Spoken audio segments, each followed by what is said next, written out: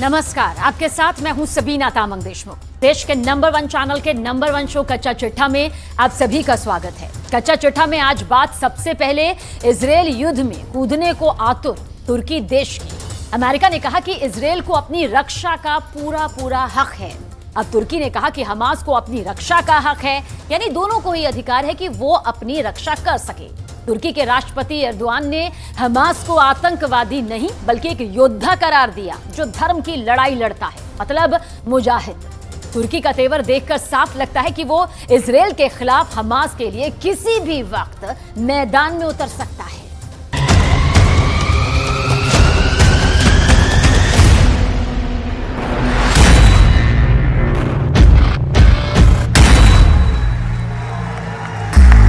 İsrail devletiyle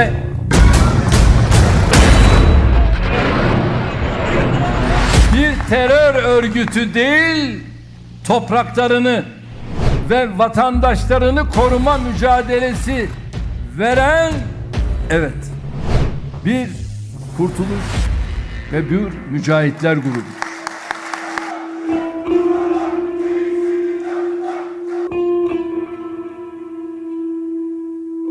אתם מוכנים להמשך?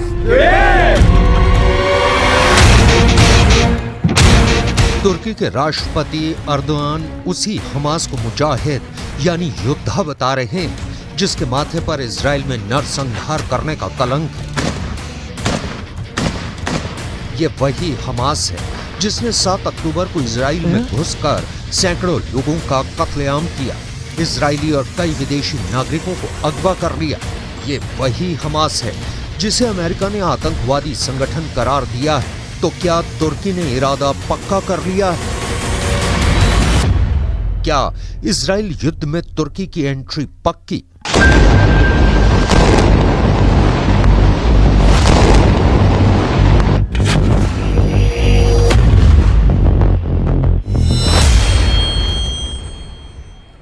इस सवाल का जवाब सिर्फ तुर्की को इजराइल के जवाब में नहीं मिलेगा, बल्कि इजराइल के टारगेट पर उन 5 नामों में मिलेगा जिनकी बर्बादी के बिना इजराइल का इंतकाम पूरा नहीं होगा।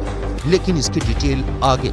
अभी हमास के समर्थन में उतरे तुर्की की बात, क्योंकि सबूत चीख कर बता रहे हैं कि तुर्की इजराइल का सबसे बड़ा दुश्मन है। सबूत नंबर 1, तुर्की अपने बैंकों के जरिए हमास को पैसा मुहैया कराता है।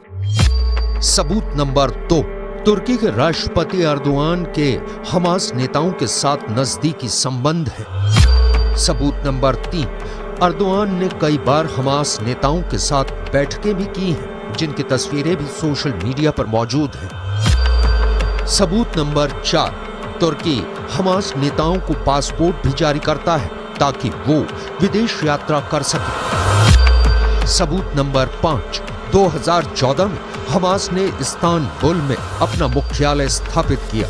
इसके बाद से तुर्की हमास के लिए स्वर्ग बन गया है। सबूत नंबर 6, हमास का नेता इस्माइल हनिया अक्सर तुर्की आता जाता रहता है। उनके और उनके बेटे के पास तुर्की का पासपोर्ट है। सबूत नंबर 7, हमास के वेस्ट बैंक प्रमुख सालेह अल अरौरी भी इस्तांबुल में रहता है। अल अरौरी अमेरिका का प्रतिबंधित आतंकवादी है जिसके सर पर $5 मिलियन अमेरिकी डॉलर का इनाम है। इससे साबित होता है कि नेटो का सदस्य होते हुए भी तुर्की इजराइल को दुश्मन मानता है और उसके खिलाफ हमास की मदद करता रहता है।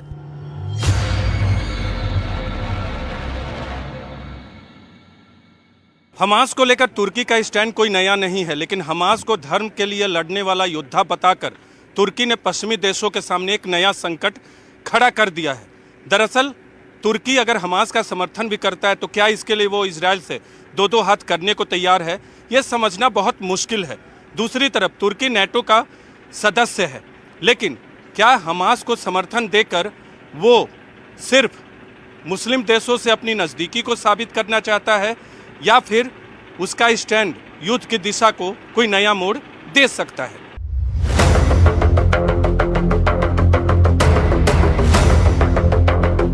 तुर्की इजराइल की दोस्ती और दुश्मनी एक ही सिक्के के 2 पहलू हैं। अरब देशों के लिए तुर्की उनका है और पश्चिमी देशों के साथ इजराइल से तुर्की दोस्ती चाहता है। अर्दगान तो इजराइल भी जा रहे थे, लेकिन अब कैंसिल कर दिया है। तुर्की इजराइल संबंधों के बीच जलता फिलिस्तीन और हंगामा एक नहीं 5 देशों में पसरा है। तुर्की की राजधानी अंकारा में, ईरान की राजधानी तेहरान में, लेबनान की राजधानी बेरूत में, यमन की राजधानी साना में, न्यूयॉर्क में हुई संयुक्त राष्ट्र की बैठक में Mr. Secretary General, in what world do you live? Definitely, this is not our world. खलबली है, गदर मचा है, संग्राम छिड़ा है इजराइल के वजूद का। The Palestinian people have been subjected to 56 years of suffocating occupation. I am deeply concerned about the clear violations of international humanitarian law that we are witnessing in Gaza. इतिहास के सबसे क्रूर काल में जकड़ा है इजराइल। दुश्मनों की लाइन लंबी होती जा रही है, एक के बाद एक धमकियां मिल रही हैं, उड़ा देने की, गिरा देने की, तबाह कर देने की। इजराइल लड़ रहा है। 7 अक्टूबर को घर में घुसकर हमला करने वाले हमास से, लेबनान से उस पर रॉकेट दागने वाले हिजबुल्लाह से, यमन से इजराइल पर मिसाइल मारने वाले हूथी से, परमाणु शक्ति संपन्न ईरान से और अब नेटो के सदस्य तुर्की से।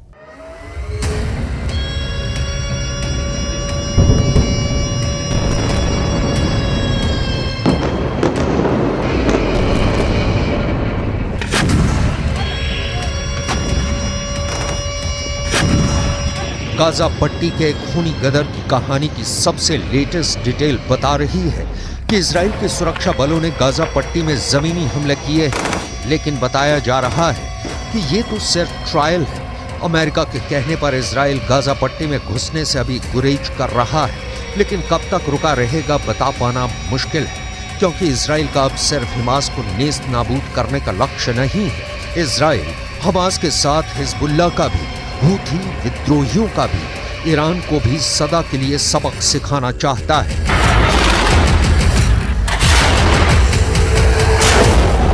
7 अक्टूबर ही नहीं, इससे पहले भी लेबनान के हिजबुल्लाह इजराइल पर रॉकेट से हमला करते रहे हैं। हिजबुल्लाह को ईरान और तुर्की जैसे देशों का समर्थन मिलता रहा है। हिजबुल्लाह के लड़ाकों को पैसा और ट्रेनिंग ईरान से मिलता है। इजराइल को ये बात बिल्कुल क्लियर है कि हमास को ख़त्म करने के लिए ईरान से होकर गुजरना पड़ सकता है, और जब तक ईरान के साथ हमास खड़ा है, हमास की संपूर्ण तबाही बहुत मुश्किल है।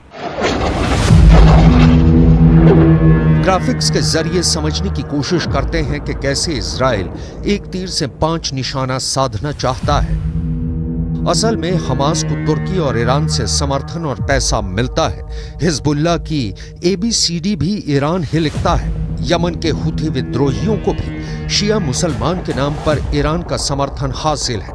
ईरान शिया मुसलमान बहुल देश है और तुर्की इजराइल के खिलाफ ईरान का समर्थन अरब देशों की एकता के नाम पर करता है। मतलब पांचों एक दूसरे से फेविक्विक के माफिक जुड़े हुए हैं। इजराइल इसलिए इन पांचों को एक साथ निपटा देना चाहता है।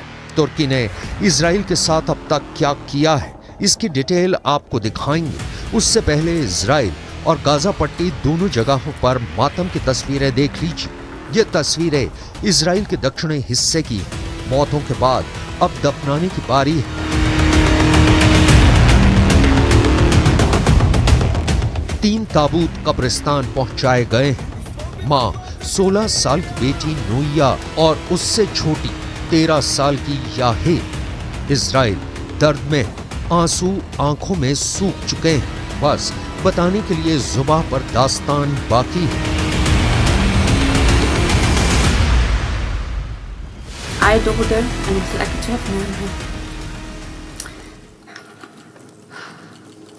And I'm thankful for the life we shared. Lee was a non-believer. She didn't believe in God, heaven, or an afterlife. But I do, on the other hand.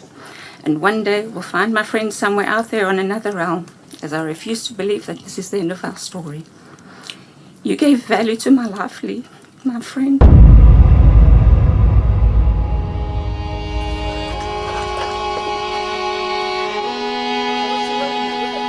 अपनों को इजराइल दफन करने के लिए मजबूर है और ठीक यही दृश्य गाजा पट्टी में है। खान यूनिस में इजराइल के हमलों ने आशियाने को मिट्टी में मिला दिया है।